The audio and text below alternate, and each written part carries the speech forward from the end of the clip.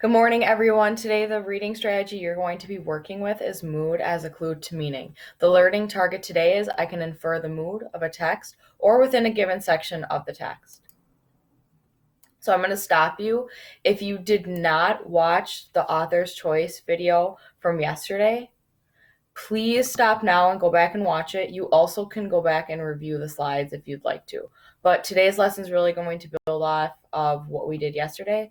So make sure you have that in mind before moving forward throughout this lesson. So mood as a clue to meaning.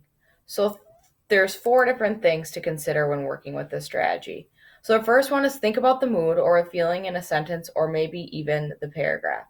And then ask yourself, do you get a negative or do you get a positive feeling from what you just read? You may even notice patterns of words that provoke that feeling or feelings. Based on those feelings, what is one word you could say creates the overall mood of what you read? And then lastly, try and explain how this mood fits the sentence or paragraph within the context of what is happening in the world of the text. So think about what you just read, what's going on with the characters. This could also work with nonfiction as well, but really what is going on and how does that mood fit? So a helpful tip for myself, something I do as a reader, there's actually 2 things. So 2 things I do as a reader is I look for patterns in words that are repeating. I take time to notice the big words or the words I don't normally see or use. They were intentionally put there by the author, so I make it my job to find out why. So again, I look for patterns of words repeating. Are they negative? Are they positive? And I dig a little bit deeper. But there are words that I might know, but I don't use on a daily basis in my vocabulary. So I take a point to really make sure I know what they mean, because those were definitely put there by the author intentionally. All right, I'm just going to read a section from chapter 8, again, from Insignificant Events in the Life of a Cactus. So this is still from chapter 8. It's at the very end. I'm entirely insignificant event in the life of this cactus. I try to remember that as the sky darkens and the lights of the Scottsdale and Phoenix brighten the earth. Millions of lights for millions of people. And then there's just me sitting in the dirt on a mighty hill being circled by a poor old donkey and a tired camel. So, after all, did it really matter that the kids at school didn't talk to me? That they probably wished I wasn't there, making them uncomfortable? That they were afraid of me? It shouldn't have. I didn't want it to, but it did. So again, the first thing I did is I really took the time to notice a pattern in the word. So we have insignificant.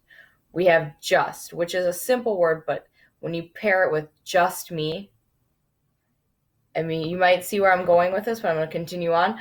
Poor old donkey, tired, uncomfortable, afraid. So I'm going to give you a second to think about what they all have in common. So if you're thinking, okay, yeah, they have a negative mood to them. They all kind of fit in that negative category. That's definitely what I was going for, right? So, and even if you put in this last line that I underlined here, it shouldn't have. I didn't want it to, but it did. So there's a pattern of words. And then for this next example, I really focused in on one of the words. So again, you have the mood. Is it positive or is it negative? So insignificant. It kind of gives you that negative feeling. I dug a little bit deeper, and then what is the actual word meaning? So it's unimportant to be worth consideration or thought about. So that's how Avon's feeling, right? She's really insignificant. She's an insignificant event in the world around her. So the overall mood might be upset or disturbed. And then lastly, explain why the mood is important to the context of what is happening. So insignificant. Avon feels upset or disturbed by the idea that although there is so much going on around her, she cannot shake the thought that in her world she is viewed as an outcast. So she's very insignificant. There's with everything going on. So the overall mood is upset and disturbed. So in today's practice, you're going to be doing exactly that, working with 2 different passages from a short story. If you have any questions, make sure you reach out to your teachers. All right, have a great day. Bye.